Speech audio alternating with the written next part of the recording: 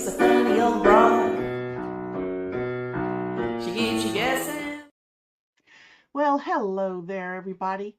My name is Angela, middle initial K, last name Durden, and this is the Constrained View. Well, if you see the title of this video, it's called The League of Ivy. And you could also say Ivy League, but whatever. I've got a story to tell you, and I'm going to connect it to the title in a way that you may not be thinking. I have a lot of ivy, English ivy, you know, the kind with the pretty little leaves and oh, when you stand back, it just looks so awesome and wonderful. And you go, oh, I love that ivy, until one day you find your house covered with it, or your front yard, the grass is gone because it just kept creeping out. And it's all up in your trees and it's killing them. And then you're going, oh no, how am I going to get rid of the ivy? I know, I'll spray something on it. You spray something on it, but it never works. It might kill a little bit here, there, and yonder, but it doesn't work. And why doesn't it work? Well, long story short, I decided it was time to get this ivy under control. I wanted it gone. And so I started pulling the ivy. Sat on the ground on a towel, doubled up, and just pulled it. Just pulled it, pulled it, pulled it, pulled it. And within about this amount of space, I discovered something about ivy that I didn't really know. See, I always thought ivy just sort of lived on the top of the soil and meandered about and just looked pretty. But no, it was at least this far under the ground, a mass of roots, a mass. Some of them this big around from the ivy. You don't tell it to stop growing, it just keeps going. Then in one of the trees I noticed out in the back part was this, it was constantly, it looked green, constantly, no matter what time of the year, but it was nothing but ivy. The tree itself is dead. In fact, part of it's already fallen off. Thank goodness if it falls, it won't fall on any structure of any sort, so I'm just leaving it be. But the tree itself is held up now by two massive root systems that go, one is connected way up high on the tree, and how it came down to be like a like a guy wire, I don't know, but it is connected probably from the base of the tree. It's connected out in a, it is this big around. See this? This big around. To get through it, I would probably have to have my nice electric Ryobi chainsaw. I'm not cutting that. There's another one almost the same size that goes off in another direction. I believe that that is the only thing holding that tree up, is those two ivy root things. I don't know what you would call them. But there was one that was attached to the tree near the root, and I thought, you know, I'm going to cut through that one and cut out a section about like that so that it couldn't easily grow back together. And let me see what part of the ivy dies. And only part of the ivy has ceased being able to stay green because of that small cut. But it was on a big section that was not holding the tree up. It just kept growing. So one day, if I get tired of dealing with all that, I'll cut those other two and and see if it just doesn't fall on its own.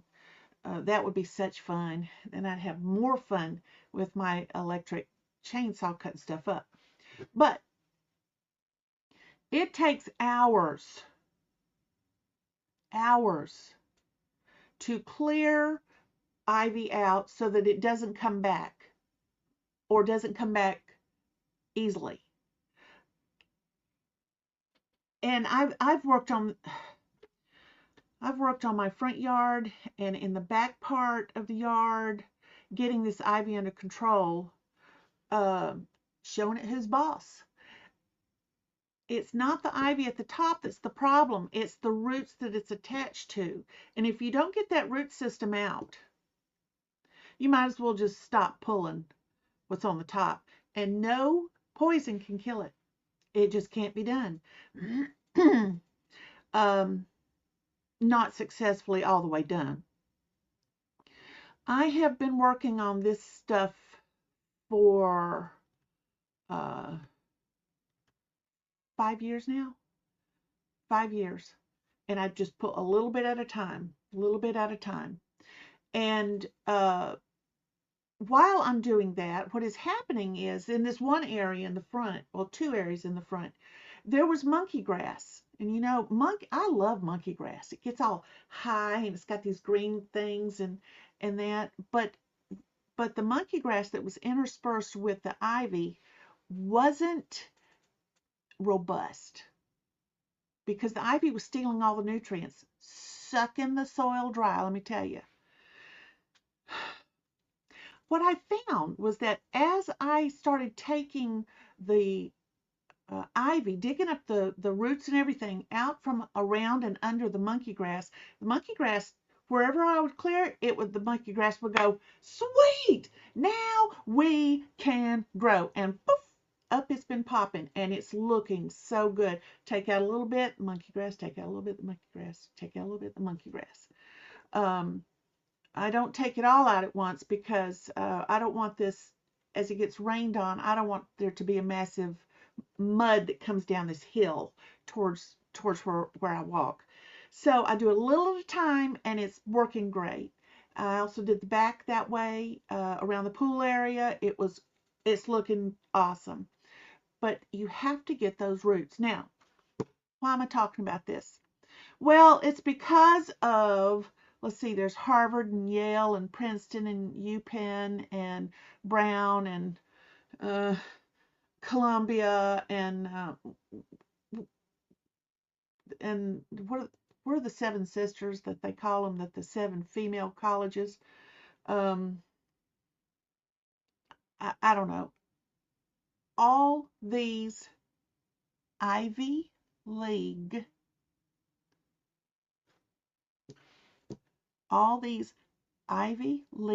colleges. Their name is quite apropos, don't you think? I don't know who first named them that, unless there was some ivy growing on the first one and somebody said, oh, it's the Ivy School, and it was prestigious, whatever. I don't know how it happened. But what are we finding?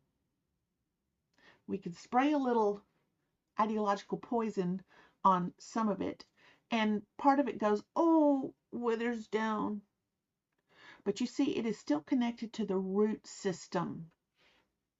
The root system that underlies all of these colleges is massive.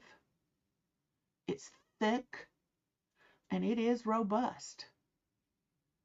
And they're not gonna stop. They're not gonna stop until they're forced to stop doing their crap. October 7th, was it 20? See, it wasn't 2023? Was it 2023? 18 months ago? With Hamas flying in over the music festival in Israel. The day of it,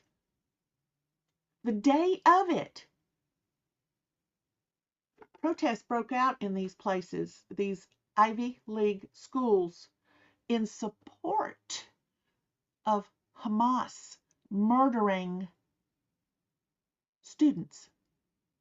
But it was okay, you see, because they were Jewish students. And on the Jewish students, do you see how robust and how deep these things go? Those Ivy League schools, their roots go all the way to Hamas. And Hamas is connected all under there. They're all connected that way. And who is their biggest enemy? Well, the biggest enemy they say is Jews, but it isn't. It's the Great Satan, which is what they call the United States. And the next Great Satan is Britain, which they don't watch out. They're getting ready to fall flat on their frickin' faces, and it's going to be horrible. How you have to get these roots out of these Ivy League colleges, you're going to have to sit on your butt and you're going to have to dig. And you're going to have to dig and you're going to have to chop and you're going to have to get, some of these things are so big in the ground, you have to get out your loppers because they're tough. They're not like a branch on a tree. There's a sponginess to them. It can take some pressure before it'll even split open. So you have to get out your loppers that can get it from both sides. A blade that'll, a curved blade and the anvil that it'll. That's what's going to be needed at these Ivy League schools. Now, Trump has already started part of that. I've just been laughing my little boo honey off about their response. Okay, so he says, you know what, we're going to defund y'all. We're not going to send you any more money, and all these things are frozen and this sort of thing. And they act just like an entitled brat teenager whose daddy has said, you know what, I'm tired of the mess that you're doing. I'm tired of the trouble that you're causing us. Sick of it. So you're not going to get your allowance anymore until you start doing your chores properly and you get a better attitude. And the teenager goes, that's not fair. That's not fair. I deserve my allowance. You owe me my allowance. Well, Trump is saying, yeah, no. And that's good. But that's only the beginning of what's going to be needed. It's going to take parents who are sending their children there, pulling those kids out and sending them somewhere else that isn't this stupid radical, that isn't that highly connected into the Ivy League root system that goes around the world, in all manner of higher education situations. So, parents or grandparents, whoever's footing the bill for these students, you send your precious babies there, and they're coming home radicalized. They hate you, not your typical teenage hatred, a deeper hatred, because you see now they're tapping into the roots of that ivy, and that ivy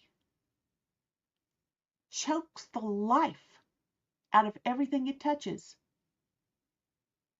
It's great for holding back the soil in real life, where you have an erosion problem. Plant some ivy, plant some kudzu. It will hold it awesomely. But right now, we need to cut these Ivy League roots out. We need to cut them off from the source of whatever their funding is. They have massive amounts of money, billions, that they have got earning money for them. They're like a hedge fund type situation, or it doesn't matter.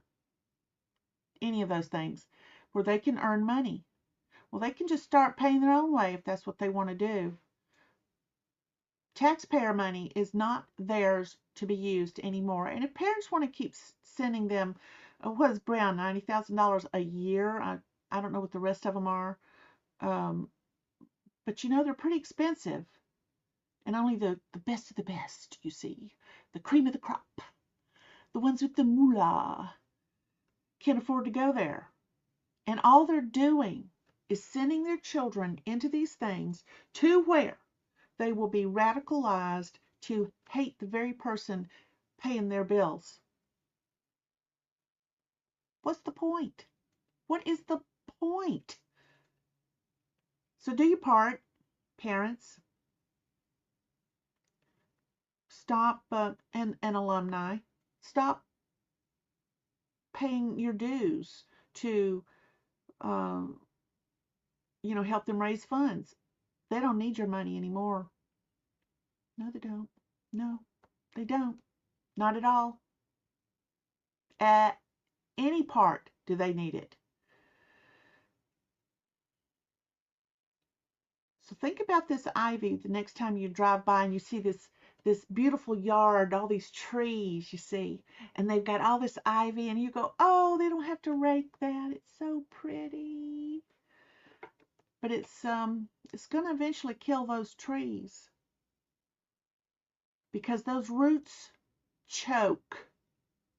Those roots suck the soil dry of the nutrients that trees and other things need. For instance, I've been helping my editor. His backyard has just in horrible shape, and he's not one of these people that likes to work in the yard, and I do. So I'm always looking for things to do because it's a good workout to get out in the yard and rake, sit on the ground and pull stuff out. It's better therapy than any therapist. And haul it off to the curb and on Monday morning and have the guys come and get it and empty the containers, and you haul them into the back and you fill it all up again. It is a lot of fun. And do you want to know what happened in his backyard? I'll tell you. Used to, you'd stand and look in the backyard and it wasn't nothing but a wall of vines of all sorts, ivies, hanging all over, just wrapped around everything. And you could see the trees. You could barely see the house behind him, barely. I mean, just a sliver of it. He didn't even know if there was a fence back there. He didn't know. And I said, well, I like my exercise, so can I start working on this? And he's sure. Well, let me tell you what happened. I was cleaning out this one section. There was all these vines, and I'm pulling, and they're up. How do you get from the ground straight up into a high tree limb? I don't know. Does a squirrel grab one end of it one day and say, I'm going to go tie it up so we can go up? I don't know. But there they are coming from the ground where they're thick like this at the bottom. And you have to just take a loppers and lop them off, and then you have to dig that root up. Otherwise, they're going to come back. Now you have to get it out of that tree. So got my gloves on, you got my long sleeves on and everything, and I'm wrapping it around here, and I'm just hauling down like that. It is awesome. But what happens is it's gotten up there and it's spread, and it's got all kinds of little things wrapped around all kinds of stuff. So you kind of have to start pulling little pieces and hoping that you get it down. And then I pulled one down one time that was so huge that it took 2 containers to hold it all. But now, guess what I found underneath all of that? The next year, the next spring, I looked out there and I went, holy cow, Tom, did you know you had that big, huge, beautiful flowering bush? I don't know what it is, but it's the most beautiful red blossoms, not roses, uh, uh loaded. He said, I did not know that. Well, now we got all that cleared out. So now I cleared out this other area of uh, the ivy. What came up? Tons of jonquils, that only one or two you would see every now and then, where it managed finally, when all those bulbs had that ivy taken away, and they could finally use what was in the soil to grow, they all popped up. There's a I don't even know, 20 feet by 20 feet by 10 feet area, cleared of all that ivy, were jonquils and these other small flowering bushes. I don't know what they are. They got a beautiful white blossom. Didn't even know any of that was back there. They haven't been able to bloom or grow because of what? What? The Ivy League. The League of the Ivy Roots. That are destroying that which is good. And that is what is happening with these colleges. These Ivy League colleges. They're destroying the fabric of society. They are against everything good that God has provided for us. Everything. They're selfish. So, parents that are sending your kids to these schools and paying, you're sacrificing to make this big amount of money and hope that they'll learn something. You're just paying for their indoctrination. Stop it. It's not the only place that this kind of knowledge can be had. And I'm sure there's places where it's better knowledge that can be had. Allow the good things to grow. It's up to you. It's up to you. Allow the good things to grow. Don't